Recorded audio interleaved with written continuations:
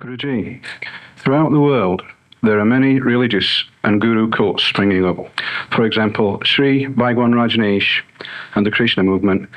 Many of these groups get bad or adverse publicity through the media.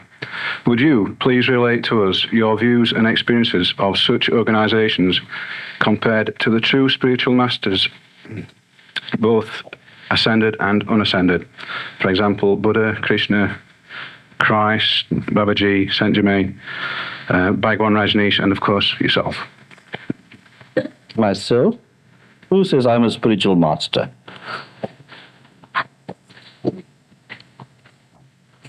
There will always be cults, and that happens because of human instinct. We are not different from animals. We herd together. And people with certain tendencies are apt to join organizations that would be compatible. People with certain tendencies would club together, and that's how all clubs started, really, of joining things which would be pleasing to their minds. Now remember this word, pleasing to their minds. Now, when something becomes pleasing to the minds, then it is not necessarily the totality of truth, because you will always view something to be true and good according to what your mind tells you. Now, how qualified is your mind to tell you that? Men's minds today, in the majority, 99.9%, are fragmented minds. Now, to try and seek an answer from a fragmented mind would be to get a fragmented answer. Now, when people join these cults, they find things that would be pleasing to their minds. Now, how does it help that person to overcome his fragmentation? That is the question. Would it or would it not? There are many movements in this world that has done a lot of harm, and some of them has done a lot of good too. It all depends on motivation. It all depends on motivation. The motivation of the founder of the movement, is he really trying to help someone? Or is he trying to help his bank balance? There lies the gist. If any teacher comes to you and tells you, I will show you God, please stay far away from him. But if a teacher comes along to you and tells you, I will show you the path, if he tells you, I will show you God, stay far away. But if he says, I will show you the path to find God, but you will have to find him yourself, then worship him. Be devoted to him, if not worship. You see? So, many of these cults have taken certain psychological techniques. And these techniques would just churn the mind, would just churn the brain. Now what happens is this, many times, where through some techniques, the headache is gone, but a toeache is created. So it is just a matter of shifting mental energies, while the root cause of the problem is not eradicated. To find the way to divinity, the root causes of conflicts within ourselves have to be eradicated. Without that, shifting energies, the causes still remain there. You are treating the surface. And sometimes the surface can be very alluring. It can lull you to sleep. It could be a form of hypnotism. And you are just left with all your troubles. And none of it is gone. The true master does not work in that way. Ramakrishna says that a teacher is like a physician. A poor physician will prescribe a medicine to you and tell you, take it 3 times a day, and that's where his job ends. So if you take it or not, it's your business. A mediocre physician will come to you and ask you to take the medicine 3 times a day, and he will convince you why it is good. He will give you the pros and cons and induce you to take the medicine. But the true physician of the highest caliber will pour it down your throat, like it or not. This is good for you, and you drink it. Why? Because he has your total interest at heart. This very idea of Jesus being meek and mild is not true. Oh, he was a totally simple and yet a very complex person. He could be totally loving, totally kind, totally gentle, totally suffering, and yet he could lash out and become angry. You know the story at the temple, throwing down, overturning the tables of the moneylenders, setting the doves free and the animals of sacrifice free. That's anger. But the anger was a surface anger to teach, and it never came from his inner self. So true master has the ability. He is like an elephant. He can show you his outer teeth, but those teeth are not those which he uses to chew. Because he's a multi-sided personality. There are 56 facets in a diamond, and a true master has all his facets well polished. Because in the diamond, if some of the facets are not polished, then it is not a true diamond. Diamond does not have its true value. Now that is the difference between these so-called cultish teachers and the real teachers. The cultish teachers will give you things you like. Will give you things you like. It's nice to have a doctor that gives you sweet medicines and not bitter ones. And that lulls your mind with the pretext of showing you divinity. While the true teacher knows the problems of each and every individual being, and he would prescribe according to the needs of the person. And gurus are funny people. If you can say you understand your guru, or any person could say that they fully understand their guru, would be very rare.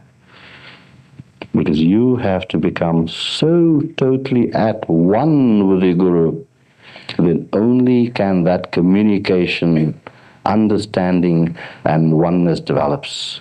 So in the process of the guru-chela relationship, the guru becomes the chela, and the chela becomes the guru. That is the ideal situation. That is what Christ and Krishna and Buddha did. Yes. That is what they did. So these various movements today that receive adverse publicity, as you have said, I think they deserve it. But then being businessmen, these gurus, they have the principle that all publicity is good publicity. They maintain this principle that what is worse than being ignored, rather let them talk all kinds of things. That is better than being totally ignored. Because that is also a form of publicity. A true diamond does not need to shout from the rooftops that I'm a diamond, I'm a diamond, I'm a diamond. His very qualities, the power he portrays, the spirituality he imparts, that is advertisement by itself. So there is the difference between true gurus and bogus gurus. True gurus have one quality. How are you going to judge a true guru? The foremost quality is his humility. And the other quality, just as important, is his selfless love. Dante has said that the greater the man, the deeper his love.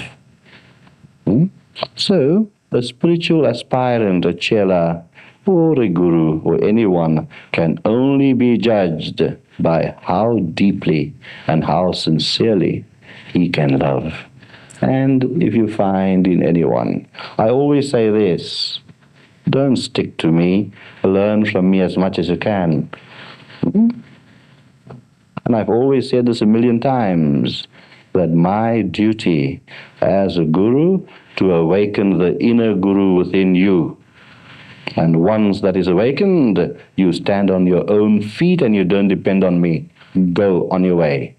Progress. And find the divinity. You have the tools, use them well. But the cultish gurus in these movements, they are very possessive. They do not want any chela to go away. They want the chela to be in bondage. I'm telling you of the pitfalls. They want the chela to be in bondage. They must have the mastery. Jesus and Buddha and Krishna never did that. They gave you total freedom. Here is the king's feast spread in front of you. Eat if you want to. Don't eat if you want to. It is here for you. That is how you judge through masters. There are many other criterions how you can judge these movements. What does it make you feel like? Does it inspire within you any love in your environment? Does it inspire in you selfishness? Does it inspire in you all-givingness? Does it make you face your problems with greater strength? The true guru will never say, I take your problems away. But he will show you how to view those problems in a greater light of tranquility. No one can take anyone's sins away. When we hear it being said of Jesus that he died for man's sins, that most beautiful statement has been so wrongly interpreted. No one can lift your karma away. No one. But what the true teacher can do is to guide you and show you how to eliminate that karma in a more smoother way. How to develop the proper attitude to a problem. You know that very old favorite saying of mine, two men behind prison bars, one saw mud, the other saw stars. Two men in the same circumstances. So the teacher teaches you not to see the mud and the mire and the gloom, but to see the stars, the glory of God. That is the true teacher.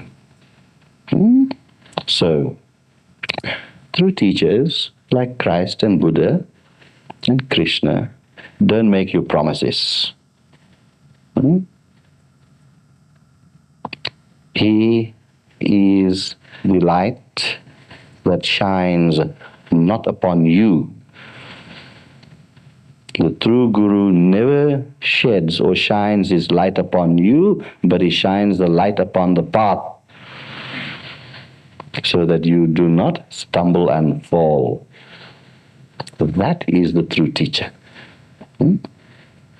So the illumination that you will eventually reach is by seeing the illumined path and traveling through it so that you would become illumined.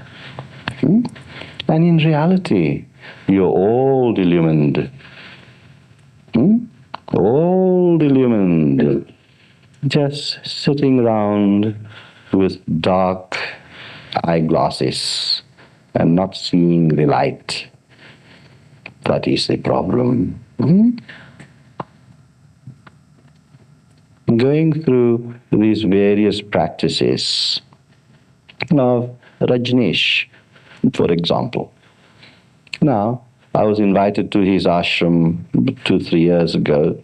I spent a few hours with him, and I told him that the teachings you are giving are not good for the times of today. Those tantric teachings, which are very similar to Vedanta, is of a very, very high level. But it is not for today, because what people understand by those teachings is total sexual permissiveness. So it lands up into debauchery. And I've seen this there with my own eyes in his ashram. Those teachings of the copulation, or the coming together of man and women, in that way where it could become a meditation or to lead you to meditation, can only be reached at a height when the man and the woman has reached a high level of integration, where there is no lust left, and just through that medium, for everything can lead you to God. Through that medium, one experiences the fullest bliss, not on the physical level, an orgasm not on the physical level, but an orgasm of a universal nature, where the entire universe become an orgasm. Where the woman is lost, the lover is lost, and the beloved is lost. You do not know your body anymore. You do not know your mind anymore. You are so lost in that beauty of creation.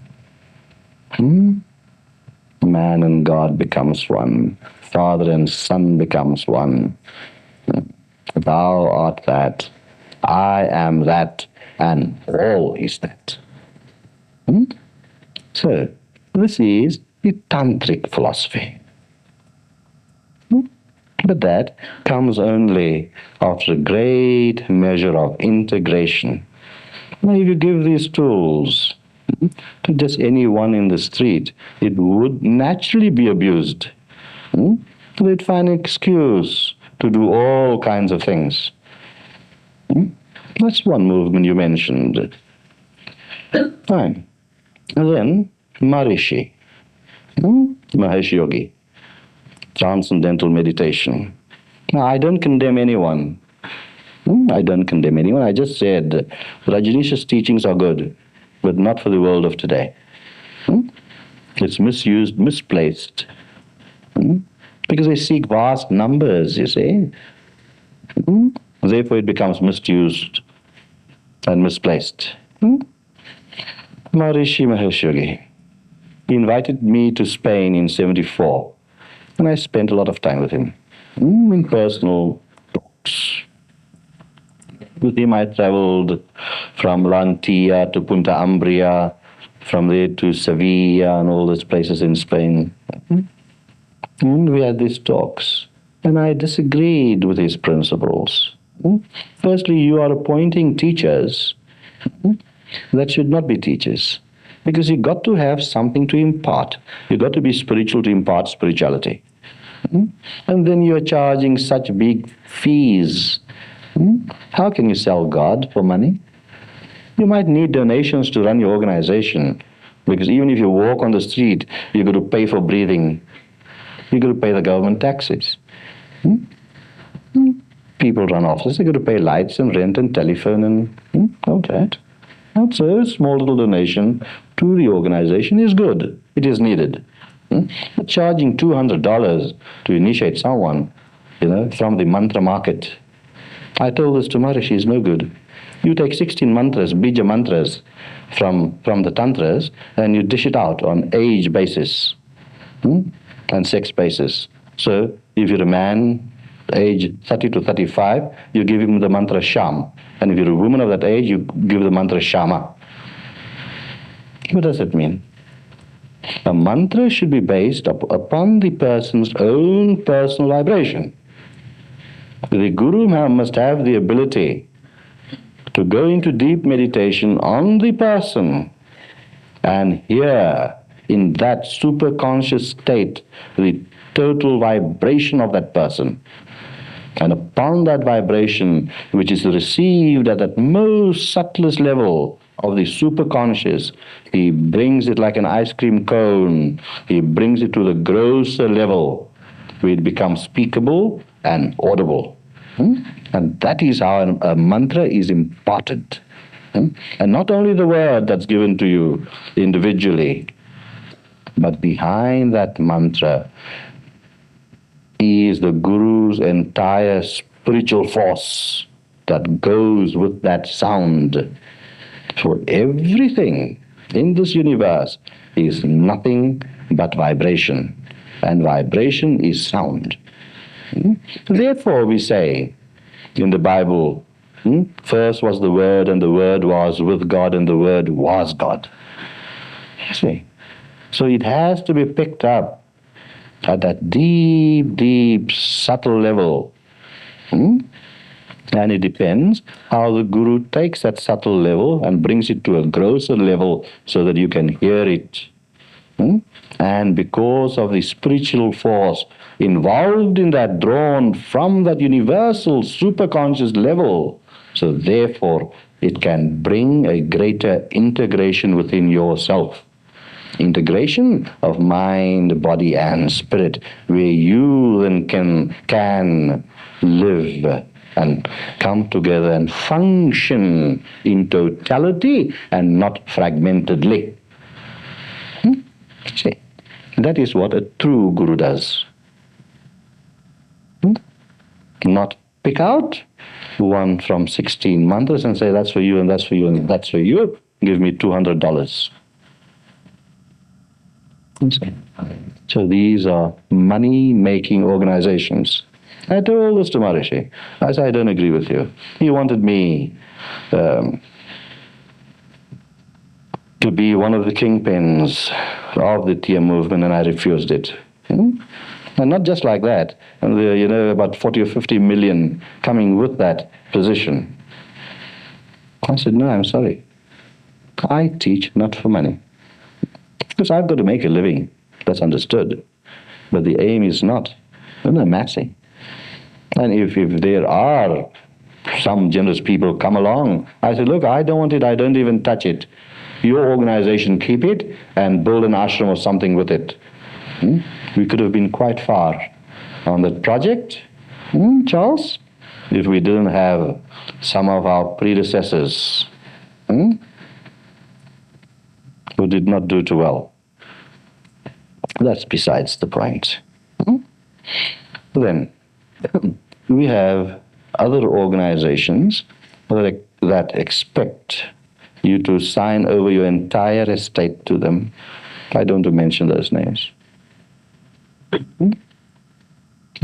Now that is all wrong. Choose any Guru you like now, at this moment. Join any organization you like. But ask yourself, that is this organization unselfish? Or is it just for itself? Ramakrishna said that if I could lead just one person to enlightenment, just one person, then my whole mission has been achieved. Yeah. Christ, during his time, had less than 500 followers. Do you know that? All those 5,000 gathered at the river. This was 3 loaves of bread and fish. Most of them were curiosity mongers. But he only had 500, less than that, followers. And yet today, it's the biggest religion in the world. Right. So why is it the biggest religion in this world? Because the words of great masters are never destroyed. They are never destroyed. They perpetuate themselves through some way or the other through eternity. So when we say Krishna is alive, Christ is alive, Buddha is alive, Mahavir is alive, that is true. The spiritual force imparted in his teachings is still alive. And if the force is alive, then he is alive. So who is Christ? Who is Krishna? Who is Buddha?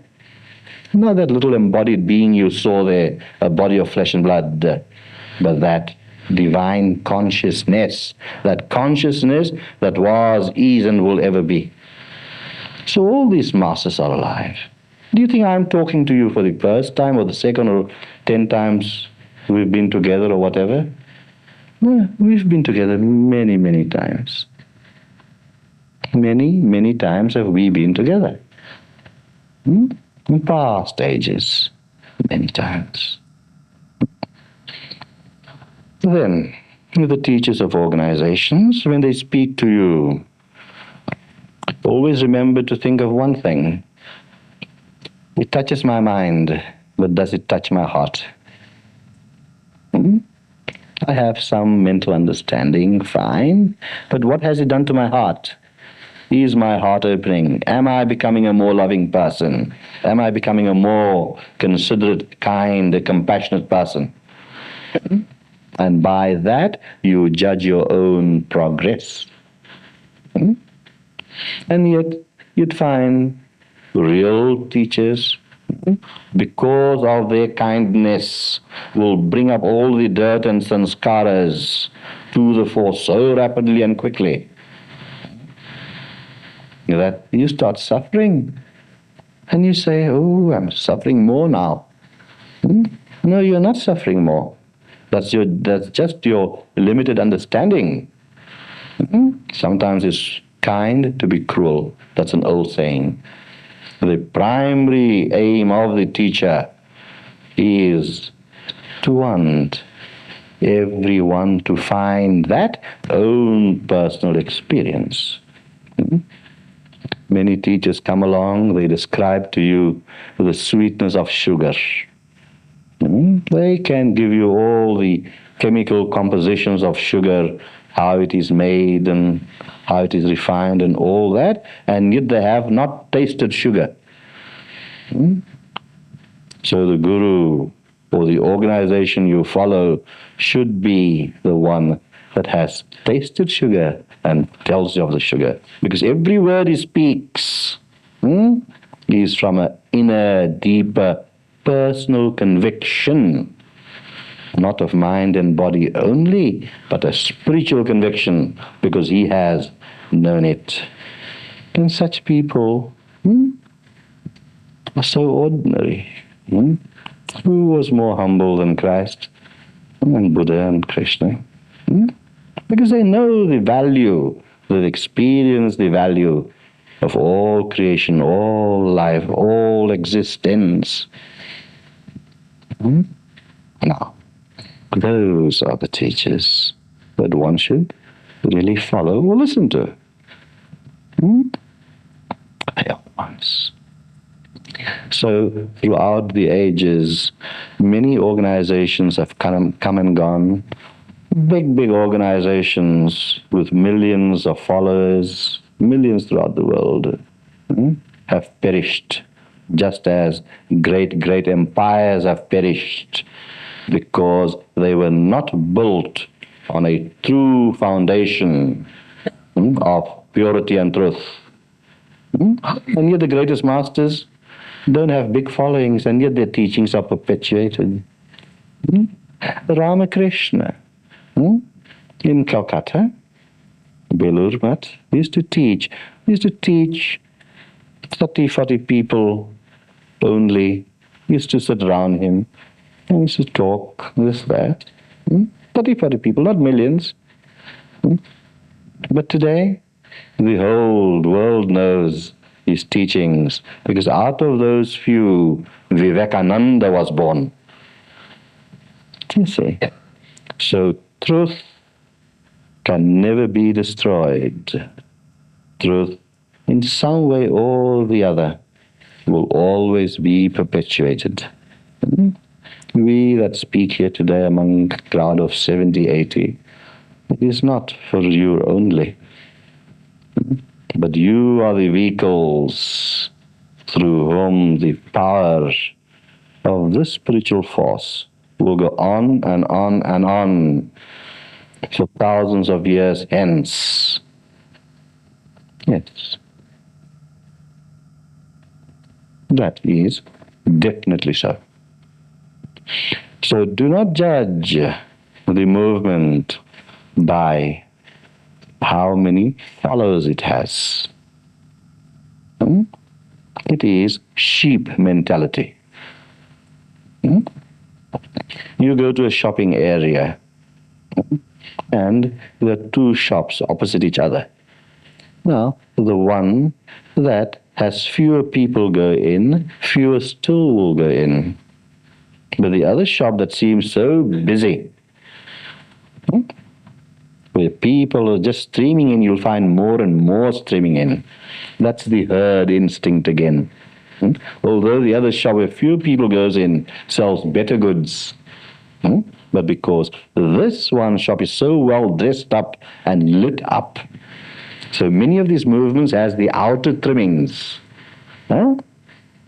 Attraction, surface attraction, beautifully lit up, beautifully decorated, and yet the goods sold there could be of inferior quality. But yet the crowd would flock there like sheep. Don't be sheep, that's all. See there, see everywhere. In my search for God, I've met many gurus. And I've learned a bit here, I've learned a bit there, until I met my guru. And once I met him, finish. Because I've become him, he has become me. No difference. Remember, it was in England when he passed away, and I received the telegram. There's some of you on that course. Yes, many of you were on that course. Yes, he's still alive. Did I tell you the story? When I went to visit Yoganand's ashram in Hollywood, California. So, there was one very cultured person. He was from Switzerland, he was Swiss. And after Yoganand passed away, he went to another guru and told him that my guru has passed away. My guru is dead. So therefore, I've come to you. So this guru, a wise man, told him, but he says, no, your guru is alive, but you are dead. Just saying. The spiritual force, once ignited from guru to chela, remains eternal. And you've heard me saying this too, that physical bonds can be broken, mental bonds can be broken. But the spiritual bond is never broken. Can I say this for my sister? Because her guru had passed away. Yes. So, many movements in the world today, as there were many in other ages too, have dressed up the shop window. And then talking of Maharishi just now, he says, teach you to fly. Only $4,000. Beautiful. What a business. It is so simple, really. With certain kinds of pranayama, you hop around a bit. Anyone can do that. I had a young girl there in Cape Town. She never did any of those things, and yet she, hops. And that's all they do. They hop around. I see. $4,000. Very nice. On one course in Switzerland, there were 2,000 people attending that course. 2,000 times $4,000. How many million is that? About 8. Good business. And is that what we are after? No. We are on the path to find divinity, for that is the end and aim of God, of all man, is to find the God. Let the search be external first, for you need a focal point of some deity, of some guru or someone, until you find that very thing you are seeking within yourself. You might know the story of the musk deer. Comes from an old Indian legend, where it ran around when it got the smell of the musk. Ran here, there, everywhere, searching for it. And then in total exhaustion, it collapsed. Collapsed, but to find that the musk was in its own navel. Yeah. So it is all there within man. All there within man, to find it. So therefore I say, and I repeat this, that the duty of the external guru is to awaken the internal guru that is within you. Okay. Now, if any of these movements do not teach that, then it's best to stay far away. If any of these movements demand big fees from you, stay away. Because the man of God cares not for any personal need. He likes to live, he likes to breathe, he has to have food for his stomach. But his aim is not to gain and grab. You see? Because the man of God, he serves. And his service, serving humanity, is not work to him. You only expect pay when you work. But if you're having fun, if you're sharing, and that sharing of wisdom, etc., becomes a joy to you, how can you expect to be paid on top of having all that joy? So you're getting double pay, which is wrong. Do you see? So, stay away from organizations and movements that promise you all kinds of promises. I believe you have a woman in England, I don't know her name, who promises you enlightenment in 2 hours. What's her name? Mataji. Bless her poor soul. Enlightenment in 2 hours? When you are here with this big burden of sanskaras? And she takes it away in 2 hours? No, she must really be loaded down. With all the burdens. No. The true teacher shows you how to lift the burden. And perhaps, as I say, poke a little hole in the bag so that all that will drain out and you find you're left with an empty bag, no more burdens. So that's the best. That's the best that can be done. So you have to walk all the time on the road yourself. Many of these bogus gurus are such big liars. I'm sorry to say that because I'm prepared to challenge anyone, anytime, anywhere, on any platform. What have I to lose? What I have to fear? I'm beyond fear. Talking of liars, there was this one church minister who always had the habit of announcing the one Sunday what he was going to talk about the following Sunday, the following Lord's Day. So he said, my next sermon next Sunday is going to be on liars. So, to prepare for that, I want all of you to read the first 10 chapters of Hebrew 14. Good. So, the next Sunday came. So the minister said, now, who read Hebrew 14? So a lot of hands went up. Right. So after they all sat down and were quietened, the minister said, for your information, there's no Hebrews 14. And today's sermon I dedicate to those people that put up their hands. Yeah. So, be wary of organizations that are selfish.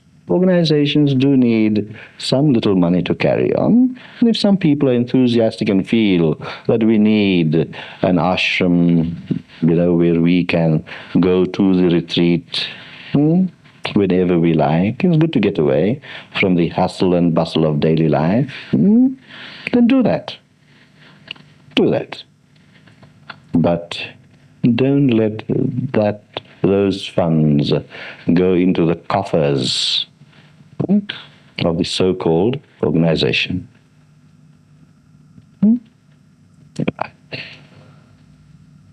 The divinity can only be reached by purity, by sincerity, by the deep yearning that must be developed within you. One day, a young man went to a guru and he said, show me God. Guru says, okay, you relax and we'll see what we can do. So in India, people normally go to the riverside for a bath, especially from an ashram. There's an adjoining river. Ashrams ideally are situated on the banks of a river. So they went for a bath and the Guru tells this chela, says, come along, we're going for a bath in the river. So they went there, and as they were bathing, the Guru pressed down the head of the chela in the water.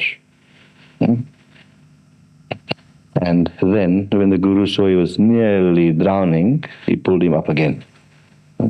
So he asked, what was the foremost thought in your mind? So the chela says, the only thought I had in my mind was for one breath. So the Guru explained, the day when you develop that yearning, that intensity that you had for one breath, if you develop that intensity and yearning for God, then only will you find God. Otherwise not. People join various movements, they go to various gurus. Very small percentage wants to find divinity. They go to gurus to try and rid themselves of their problems. We go to a guru and the guru will wave a magic wand and all my problems will be gone. Now that is a very selfish idea in going to a guru. You're going for yourself and not for the sake of finding God. But he will take all my problems, he will lift off all my burdens. No. The Guru is an instrument through which energy pours. And through these energies, a lot of benefit is received if you are receptive enough. Fine. But he can't remove all your burdens for you. You have to remove it yourself. So most people go into spiritual organizations to get rid of their hang-ups. Now, it's easy to get rid of your hang-ups and your problems. Very easy. The true Guru will tell you, proceed on the path of God. I show you the path, I give you the tools, I give you the techniques, and as you proceed on that path, all those problems will drop off by itself. Don't put your mind on the problems. At least you can't forget them, but don't put the greater emphasis on the problem. Put the greater emphasis on God. Put the greater emphasis on divinity. Then all those problems are gone. You see? So when we do our spiritual practices, we gradually find a greater and greater integration within us. And as the integration takes place, all the problems drop off. And if they do not drop off in this lifetime, you will at least develop a totally different attitude to the problems. You know, there were two nuns that were traveling down the road, and they got stuck without petrol. I think they must be traveling down A1. Right, stuck without petrol, what to do? They've got to go to a garage to get some petrol. So the only container they had in the car was a chamber pot. Because you need something to bring the petrol from the garage. So they took this chamber pot and went to a garage, filled up petrol, and then brought it back to the car. And they were busy pouring the petrol into the tank. Just at this moment, some soldiers came along in an army truck, some recruits, and they stopped and they were watching these two nuns.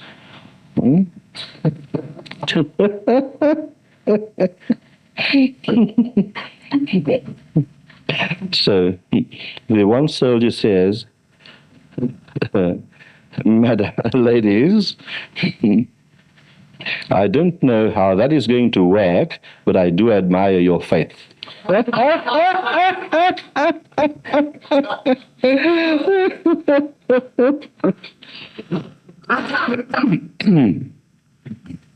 So, you must have faith, but an intelligent faith. Not a blind faith. Do not just believe. Do not just believe. You start off with belief, but do not get stuck with blind belief. With some amount of belief, faith comes, and after a great amount of faith, knowingness comes. And then you have reached somewhere where you just know. Any action you perform without analyzing it, you just do what is right. You just do it automatically, intuitively. And this is within the capacity of each and every one. If we become more and more integrated, then all your actions are never wrong, could never be wrong. It will always be within the flow of nature, not against the flow of nature. You see?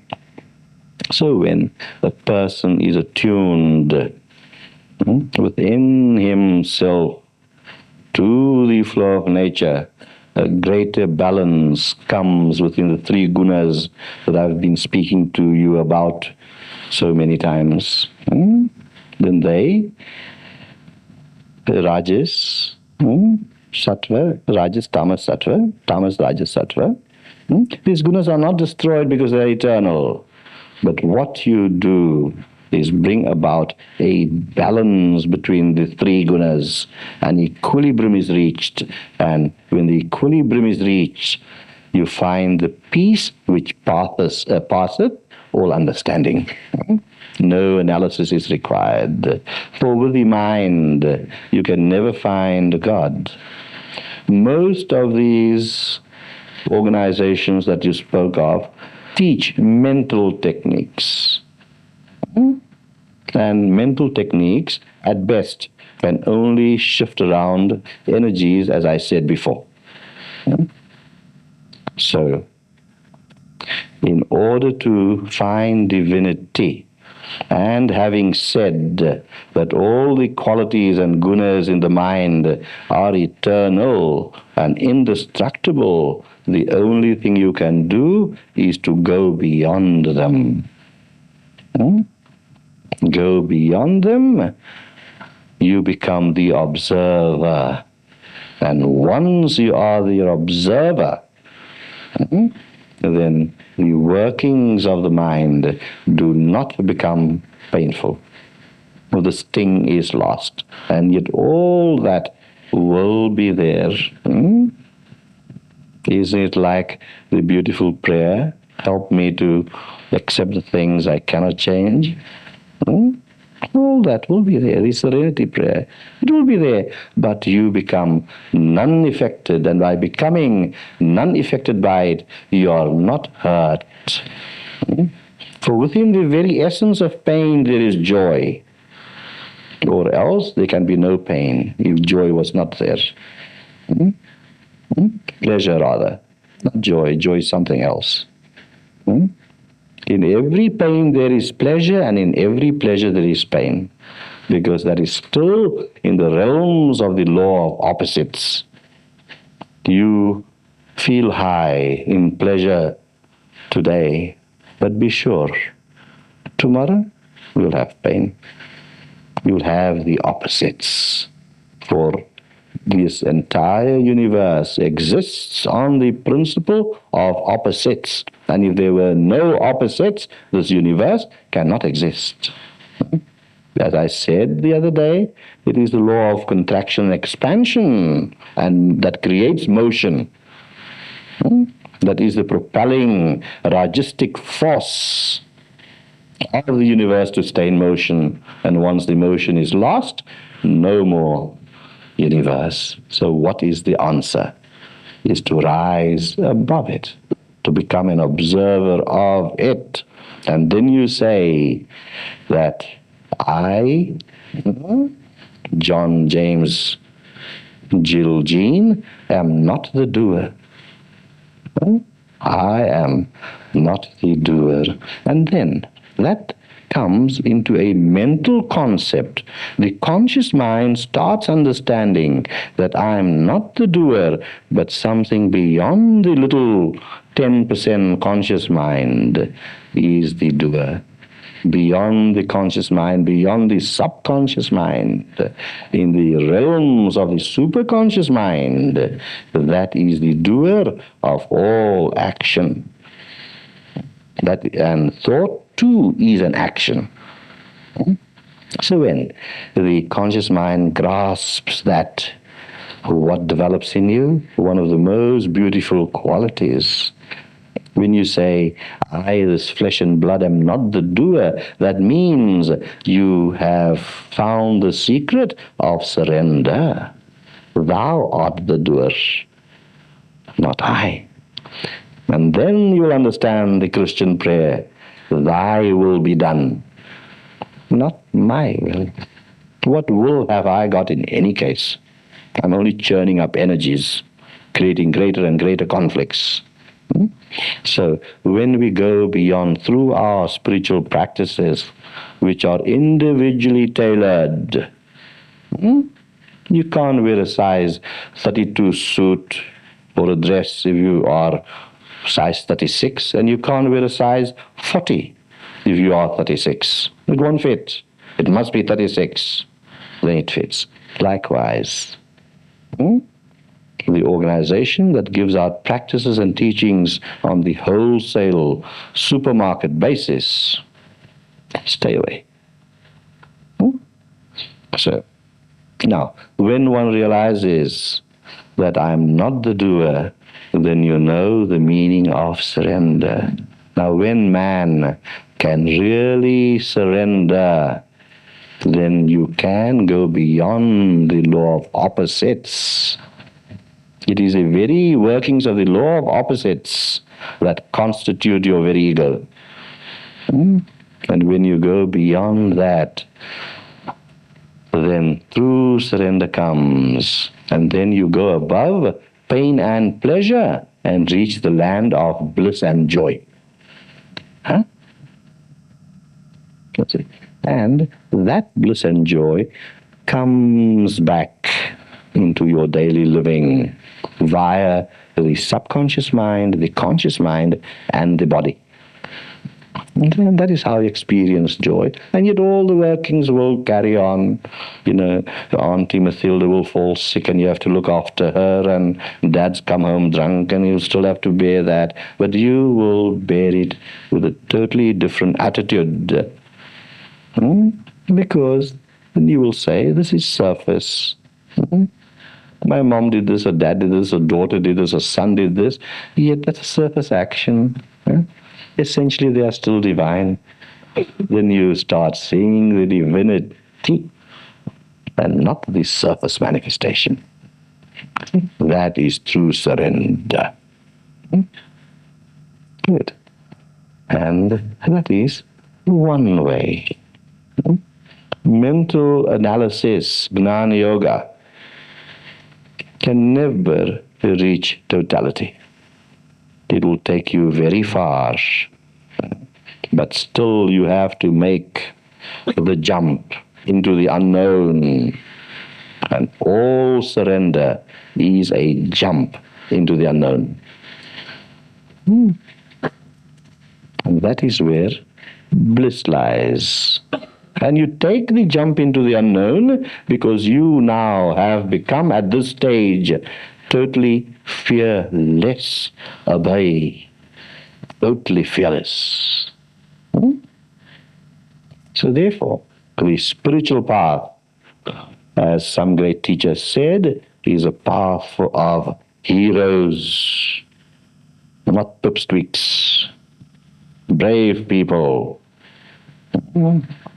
that will do or die, that will stick to the path. So, man's conscious or subconscious desire is for happiness, but he looks in the wrong direction.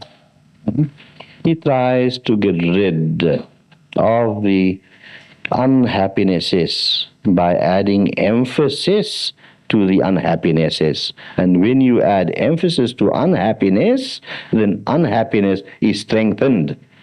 Because you're feeding unhappiness by constantly thinking of the unhappy negative aspects. So, jump off the bus. Get off the wheel of karma, as Buddha would say.